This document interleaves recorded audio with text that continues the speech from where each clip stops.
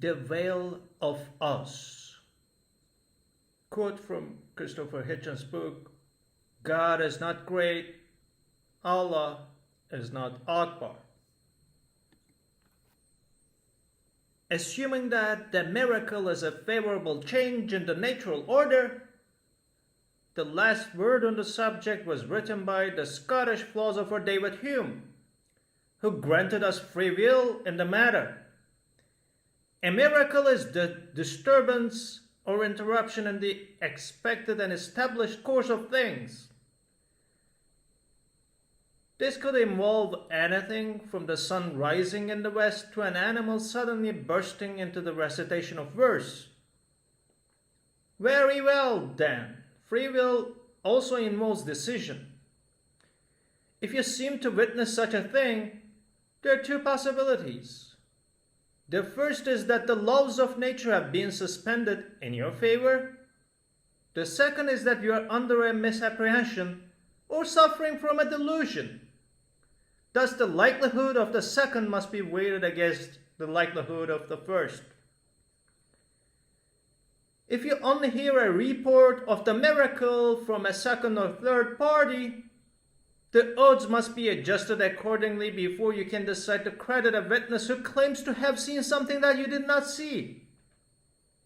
And if you are separated from the sighting by many generations and have no independent corroboration, the odds must be adjusted still more drastically. Again, we might call upon the trusty Occam, who warns us not to multiply unnecessary contingencies. Thus, let me give one ancient and one modern example. The first being bodily resurrection, and the second being UFOs. The argument from authority is the weakest of all arguments. It is weak when it is asserted at second or third hand. The good book says. And it is even weaker when asserted at first hand.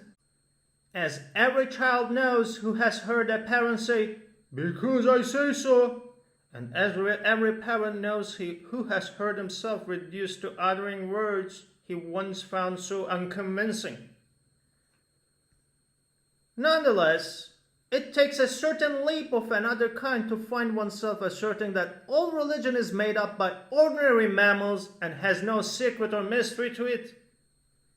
Behind the veil of Oz, there is nothing but bluff. Can this really be true? As one who has always been impressed by the weight of history and culture, I do keep asking myself this question.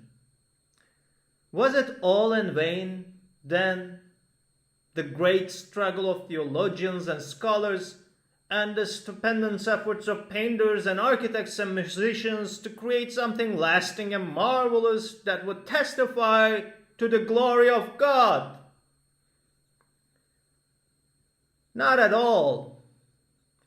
It does not matter to me whether Homer was once a person or many, or whether Shakespeare was a secret Catholic or a closet agnostic.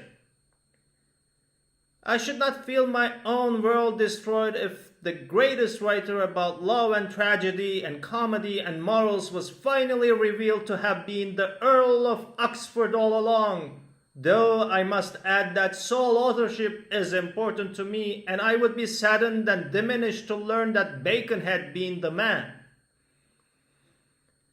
Shakespeare has much more moral salience than the Talmud or the Quran or any account of the fearful squabbles of Iron Age tribes.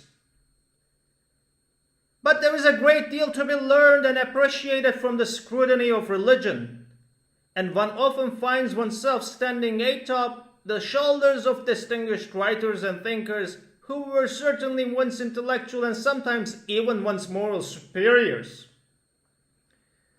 Many of them, in their own time, had ripped away the disguise of idolatry and paganism and even risked martyrdom for the sake of disputes with their own co-religionists. However, A moment in history has now arrived when even a pygmy such as myself can claim to know more through no merit of his own, and to see that the final ripping of the whole disguise is overdue. Between them, the sciences of textual criticism, archaeology, physics, biology have shown religious myths to be false and man-made, and have also succeeded in evolving better and more enlightened explanations. The loss of faith can be compensated by the newer and finer wonders that we have before us, as well as by immersion in the near miraculous work of Homer and Shakespeare and Milton and Tolstoy and Proust, all of which was also man-made. Though one sometimes wonders, as in the case of Mozart. I can say this as one whose own secular faith has been shaken and discarded, not without pain.